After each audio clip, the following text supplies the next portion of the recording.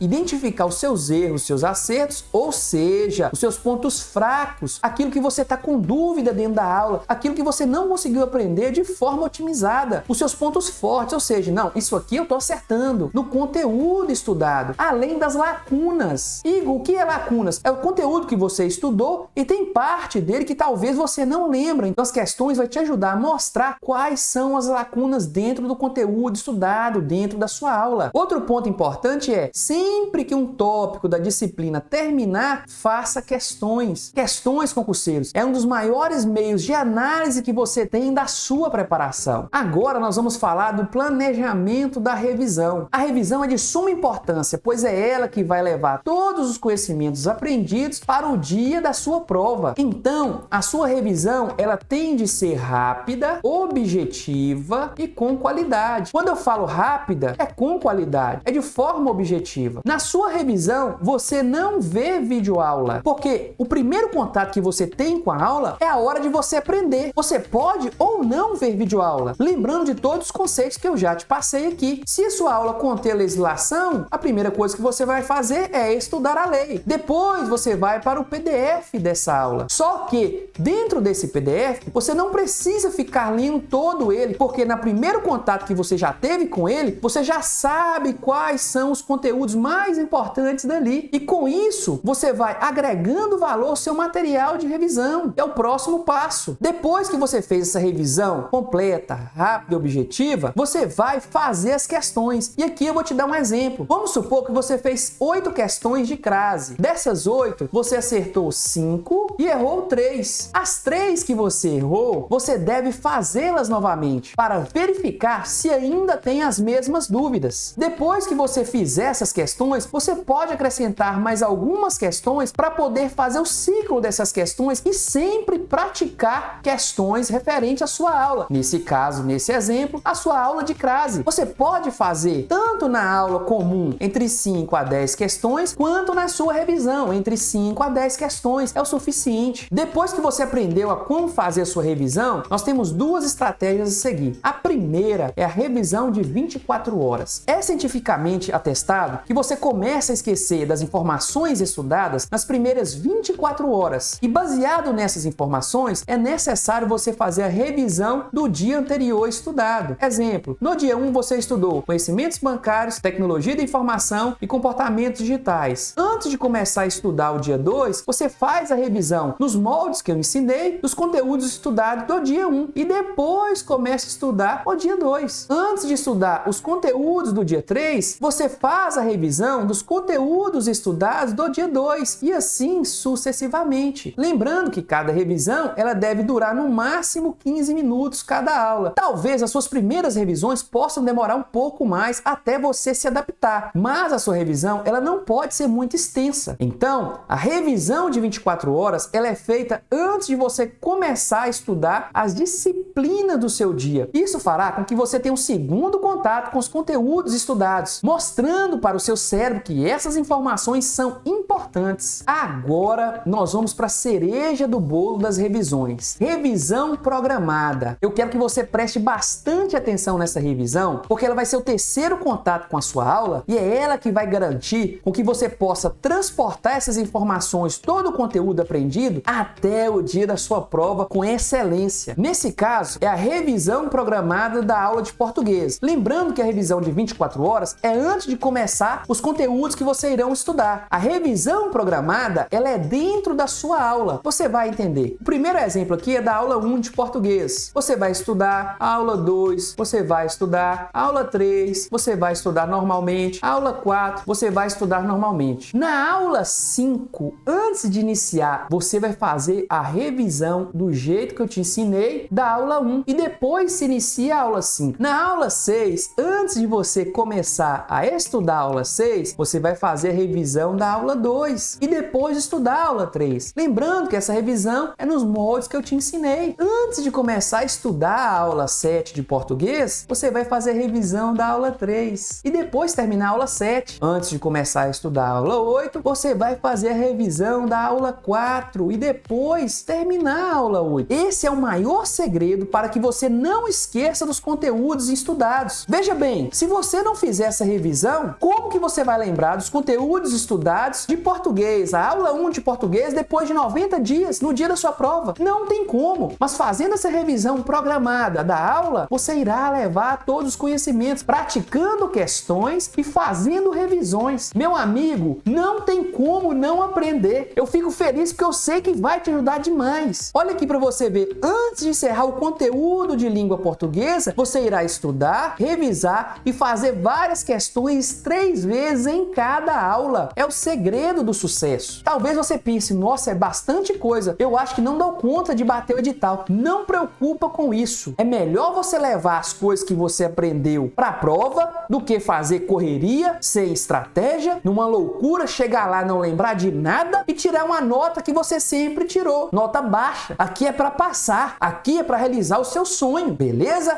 Se você não entendeu, você pode voltar no vídeo ou também você pode entrar em contato comigo. Eu deixo a descrição, o meu WhatsApp, eu deixo as outras redes sociais para que também você possa entrar em contato comigo. E lá também, essas redes sociais, tem vários conteúdos para você. Tem questões, tem dicas semanais, entre outras. Como que irá funcionar o planejamento da sua aula mais a sua revisão programada? Vamos supor que você começou a sua aula 5. A primeira coisa que você deve fazer é a revisão nos moldes que eu te ensinei da aula 1. Se a sua aula for de legislação ou resoluções, você começa pela lei. Se não, você já parte direto para o PDF, conforme aquilo que eu já te ensinei. Fazendo depois, você faz as questões, vai construindo o seu material. E dentro da sua aula 5, que é o primeiro contato que você está tendo, se houver necessidade, você vê a videoaula. Se não houver, você não vê a videoaula. Olha um ponto interessante em relação à videoaula aqui, olha. Mesmo que você precisar de ver a videoaula, você não precisa, talvez, ver ela toda, porque você já sabe onde está a sua dúvida. Por isso que ela está em cinza aqui, ó. Você só vai acionar ela quando houver necessidade. Agora nós vamos para o último passo, como fazer simulados. Para fazer simulados, você deve atender os quesitos. Ver 50% do conteúdo programático ou, presta atenção, nos últimos 30 dias que antecedem a prova, fazer pelo menos 5 simulados, um por semana. Lembrar da redação. Beleza, Igor? E para a semana final de prova? Para a semana final de prova, eu te aconselho separar os 10 últimos dias e fazer o seguinte. Em um dia, você faz o simulado conforme a prova, mais a redação. No segundo dia, você corrige o simulado, faz a análise desse simulado e observa os seus pontos fracos, as lacunas, entre outros pontos, para que você possa fazer uma revisão específica, baseado nas suas falhas. Depois, você corrige a redação, você pede alguém para corrigir, ou melhor ainda, você paga alguém para corrigir. No outro dia, você faz simulado, faz a redação, no outro dia, você corrige o simulado, faz a análise e assim até o dia da sua prova. Priorize as questões da SESGRAN-Rio, as mais recentes ou atualizadas. Monte o seu simulado baseando-se nas mesmas regras do conteúdo da sua prova. As 60 questões, as 5 horas de duração, o tempo que você vai preencher seu gabarito e os imprevistos, a média dos 3 minutos da questão e os 90 minutos para a redação. Lembra de ligar o seu cronômetro. Se for beber água ou ir no banheiro, não pause o seu cronômetro. Utilize as mesmas regras de como Vamos estudar a questão, aquilo que eu te ensinei, só que você tem que saber diferenciar o que fazer e o que não fazer no dia da sua prova. Que no dia da sua prova, você terá que saber que você tem que utilizar essa estratégia e a técnica necessária. Se for possível, faça um ambiente controlado, sem interrupções. Nem todo mundo tem esse tipo de ambiente em casa. Eu mesmo, às vezes, não tinha, mas eu se virei com o que eu tinha. Desligue o celular ou desative todas as notificações e chamadas. Então, concurseiro, eu trouxe aqui para você toda a preparação da sua prova. Qualquer dúvida que você tiver, entre em contato comigo através do YouTube ou das redes sociais ou do WhatsApp. Eu não cobro mentoria, eu tenho o maior prazer de poder te atender lá. Lembrando que, se eu não conseguir responder na hora, é porque tem várias pessoas que entram em contato comigo, mas eu vou te responder. Qualquer dúvida, pode entrar em contato e lembra dessa mensagem aqui, ó. Seja forte e corajoso. Não tenha medo. Tem muita gente que tem medo, pois o Senhor, o seu Deus, é quem vai com você no dia da prova e em toda a preparação. Ele não te deixará. Por mais que as pessoas possam virar as costas para você, Deus não te deixará e jamais te abandonará. Um forte abraço e que a posse esteja com você.